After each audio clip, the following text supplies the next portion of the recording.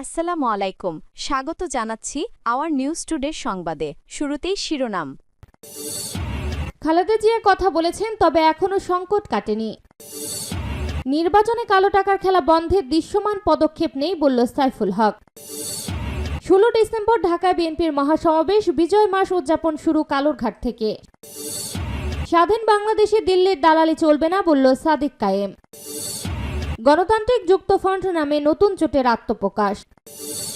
এদিকে অন্য জোট নিয়ে ভাবছে না বিএনপি। শিরোনাম শুনছিলেন, এবার বিস্তারিত। খালেদা জিয়া কথা বলছেন, তবে এখনো সংকট কাটেনি।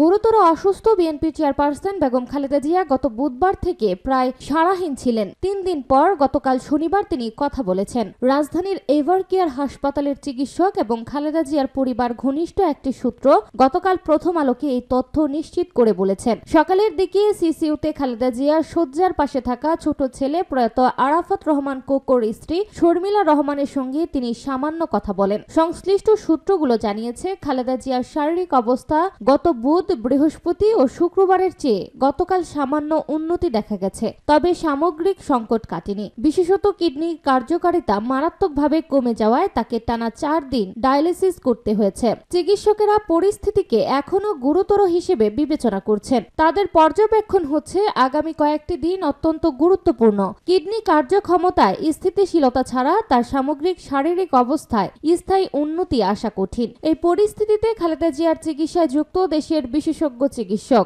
আমেরিকার জনস হপকিন্স হাসপাতালের চিকিৎসক এবং লন্ডন ক্লিনিকের বিশেষজ্ঞ চিকিৎসকদের সমন্বয়ে গঠিত মেডিকেল বোর্ড তার উন্নত চিকিৎসার জন্য আবার বিদেশে নেওয়ার নীতিগত সিদ্ধান্ত নিয়েছে। তবে এক্ষেত্রে তার শারীরিক অবস্থা, বিমান যাত্রার ধকল সামলানোর জন্য কতটা সক্ষম তার উপর নির্ভর করে চূড়ান্ত সিদ্ধান্ত নেওয়া হবে। সংশ্লিষ্ট সূত্র জানিয়েছে, চিকিৎসকেরা আগামী 1-2 দিন খালেদা জিয়ার শারীরিক অবস্থা দেখবেন। সম্ভব হলে তাকে আবার লন্ডন ক্লিনিকে নেওয়া হবে, যেখানে তার চিকিৎসা হয়েছিল। সেটি সম্ভব না হলে কম দূরত্বের সিঙ্গাপুরের মাউন্ট এলিজাবেথ হাসপাতালে নেওয়ার চেষ্টা করা হতে পারে। তবে বিএনপির মহাসচিব মির্জা ফখরুল ইসলাম আলমগীর গতকাল এক সংবাদ সম্মেলনে বলেছেন, এই মুহূর্তে অসুস্থ খালেদা জিয়াকে উন্নত চিকিৎসার জন্য বিদেশে নেওয়ার মতো তার শারীরিক অবস্থা নেই। জানা গেছে, খালেদা জিয়ার কিডনির কার্যকারিতা কমে যাওয়ায় তার শরীরে বিশেষ করে ফুসফুসে মাত্রাতিরিক্ত পানি জমে যায় এবং ভীষণ শ্বাসকষ্ট দেখা দেয়। এই পরিস্থিতিতে গত বুধবার থেকে তাকে ডায়ালিসিস দেওয়া হচ্ছে। শরীরের পানি কমানো যাচ্ছিল না। তার শারীরিক অবস্থার অবনতি হয়। সচেতন থাকলেও তিনি সারা শব্দহীন হয়ে পড়েন। নির্বাচনে কালো টাকার খেলা বন্ধে দৃশ্যমান পদক্ষেপ নেই বলল সাইফুল হক। নির্বাচন কমিশনের অসংখ্য সুপারিশ, কিন্তু নির্বাচনে কালো টাকা বা অপ্রদর্শিত টাকার যে খেলা, এটা বন্ধ করবার ব্যাপারে দৃশ্যমান কার্যকারী কোনো পদক্ষেপ এই মুহূর্ত পর্যন্ত দেখিনি বলে মন্তব্য করেছেন বাংলাদেশ বিপ্লবী ওয়ার্কার্স পার্টির সাধারণ সম্পাদক সাইফুল হক। তিনি বলেন, আগামী পার্লামেন্টে দৃশ্যত যদি নিরপেক্ষ গ্রহণযোগ্য হবে এই আশঙ্কা উড়িয়ে দিতে পারি না। বিগত পার্লামেন্টের মতন আগামী পার্লামেন্টও একটা বড় সংখ্যক ধনী এবং কালো টাকার মালিকদের এক ধরনের সন্নিবেশ তৈরি হবে। তার মানে যে জন্য এই গণজাগরণ ও গণ অভ্যুত্থান, সেই জায়গাটা পরোক্ষভাবে ব্যর্থ হয়ে যায় কিনা সেই উদ্বেগ রয়ে যায়। ব্যয়ের ব্যাপারে নির্বাচন কমিশনের জরুরিভাবে উদ্যোগ নেওয়া দরকার। কিভাবে তারা টাকার খেলাটা তারা বন্ধ করবেন। বিপ্লবী ওয়ার্কার্স পার্টির সাধারণ সম্পাদক সাইফুল হক বলেন, নির্বাচন কমিশন সাংবিধানিকভাবে তফসিল ঘোষণা করার পর তাদের তত্ত্বাবধানে আসতে পারে কিনা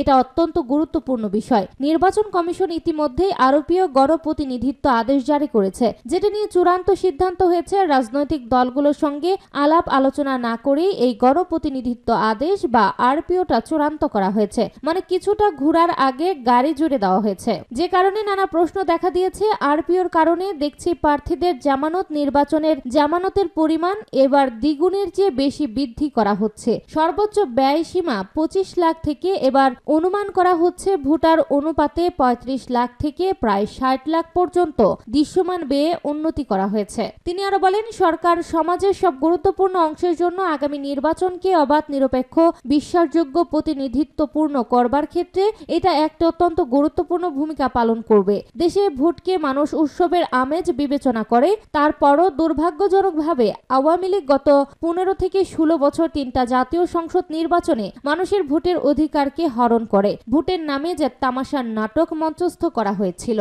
16 ডিসেম্বর ঢাকায় বিএনপির মহাসমাবেশ, বিজয় মাস উদযাপন শুরু কালুরঘাট থেকে। মহান বিজয় দিবস উদযাপন উপলক্ষে সারা দেশে নানা কর্মসূচি ঘোষণা করেছে বিএনপি। আগামী 1 ডিসেম্বর ঐতিহাসিক কালুরঘাট বেতার কেন্দ্র থেকে মশাল রোড শোর মাধ্যমে এবারের উদযাপন কর্মসূচি শুরু হবে। আগামী 16 ডিসেম্বর বিজয় দিবসে রাজধানীর মানিক মিয়া এভিনিউতে মহাসমাবেশ অনুষ্ঠানের মধ্য দিয়ে রোড শো শেষ হবে। মির্জা ফখরুল বলেন, দেশ এবং জনগণের বিজয়ের আনন্দ আরো বর্ণিল এবং অর্থবহ করতে এবারও সারা দেশে স্বরম্বরের গৌরবের 55তম মহান বিজয় দিবস উদযাপন করতে আলোচনা সভা, বিজয়ের রোড শো সহ মাসব্যাপী বিস্তারিত কর্মসূচি গ্রহণ করেছে বিএনপি। কর্মসূচির অংশ হিসেবে বিএনপির উদ্যোগে 1 ডিসেম্বর থেকে 16 ডিসেম্বর পর্যন্ত দেশব্যাপী অনুষ্ঠিত হবে বিশেষ কর্মসূচি বিজয়ের মাসে বিজয় মশাল রোড শো। মির্জা ফখরুল জানান, চট্টগ্রামের কালুরঘাট বেতার কেন্দ্র থেকে স্বাধীনতার ঘোষণা দিয়েছিলেন তৎকালীন মেজর জিয়া রহমান। ওই ঐতিহাসিক বেতার কেন্দ্র থেকেই শুরু হবে এবারে বিএনপির বিজয় মাস উদযাপন কর্মসূচি।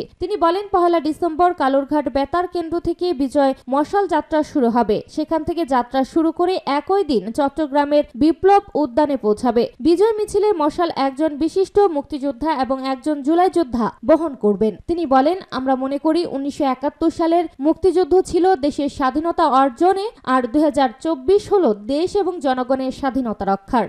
স্বাধীন বাংলাদেশে দিল্লির দালালি চলবে না, বলল সাদিক কায়েম। ঢাকা বিশ্ববিদ্যালয় কেন্দ্রের ছাত্র সংসদের ডাকসু ভিপি সাদিক কায়েম হুঁশিয়ারি দিয়ে বলেছেন, আমরা সাবধান করে দিচ্ছি সবাইকে, এই বাংলাদেশ যদি পরিচালনা করতে হয় বাংলাদেশের মাটি ও মানুষের নেতা হতে হবে। হাসিনার মতো ফেসিবাদের রাজত্ব কায়েম করতে চাইলে দেশের জনগণ আপনাদের লাল কার্ড দেখাবে। সাদিক কায়েম বলেন, ভারত আমাদের উপর জুলুম, নির্যাতন ও নিষ্পেষণ করেছে। ফ্যাসিস্টরা দিল্লির দাদাগিরিকে প্রশ্রয় দিয়েছিল।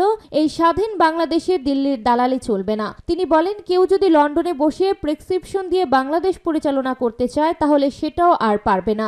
এই বাংলাদেশের সীমান্ত হত্যাকাণ্ড চলবে না। আমরা হুঁশিয়ার করতে চাই, সীমান্তে যদি আর একটি লাশও পড়ে তাহলে 18 কোটি জনগণ একসঙ্গে প্রতিরোধে নামবে।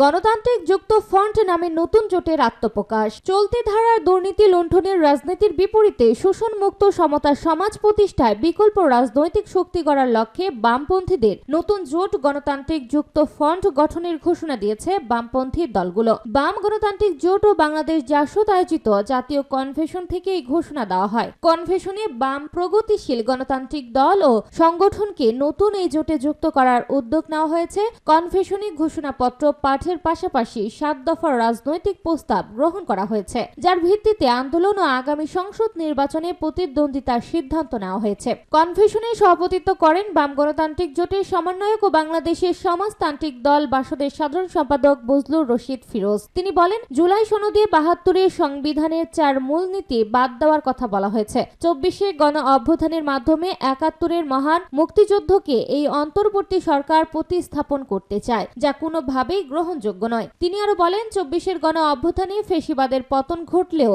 এর আকাঙ্ক্ষা বাস্তবায়ন হয়নি। গণ অভ্যুত্থানে 15 মাসের মাথায় এসে বিজয় হাতছাড়া হতে চলেছে। এখনো লুটপাট ও দুর্নীতির ধারায় দেশ পরিচালিত হচ্ছে। এদিকে অন্য জোট নিয়ে ভাবছে না বিএনপি। বিএনপির বাইরে পৃথক 3টি জোট গঠনের চেষ্টা চলছে দেশের রাজনীতিতে। নির্বাচনের আগে ইসলামপন্থী দলগুলোকে নিয়ে একটি জোট গঠনের চেষ্টা জামায়াত ইসলামীর। জাতীয় নাগরিক পার্টি এনসিপি ও আমার বাংলাদেশ পার্টি সহ 7টি দল মিলে চেষ্টা করছে আরেকটি জোট গঠনে। যদিও মতদর্শতার কারণে এই জোট গঠনের উদ্যোগ কিছুটা থমকে গেছে। অন্যদিকে বাম দলগুলো চেষ্টা করছে পৃথক আরেকটি জোট গঠনে। জোট গঠন হলে সেটি হবে আসন সমঝোতার মধ্য দিয়ে। তবে বিএনপি মনে করছে সাবেক 20 দলীয় জোট সহ আরো কিছু দল নিয়ে বৃহত্তর জোট গঠন করতে পারলে তারা নির্বাচনী বৈতরণী পার হতে পারবে। ফলে আপাতত অন্য 3 পক্ষের জোট গঠনের উদ্যোগকে বিএনপি চাপ হিসেবে দেখছে না। দলটির নেতাদের দাবি, অন্যদের জোট বিএনপির অগ্রযাত্রাকে থামাতে পারবে না। তাছাড়া সম্ভাব্য এসব জোটের প্রভাব তৃণমূলে তেমন একটা পড়বে না বলেও মনে করেন তারা। তাদের মতে, বাংলাদেশের নির্বাচনে ভোটাররা সাধারণত প্রতীক দেখে ভোট দেন। এক্ষেত্রে ধানের শীষ ও নৌকা সবচেয়ে পরিচিত প্রতীক বলে মনে করা হয়। যদিও এর ভিন্ন মত রয়েছে রাজনৈতিক বিশ্লেষকদের।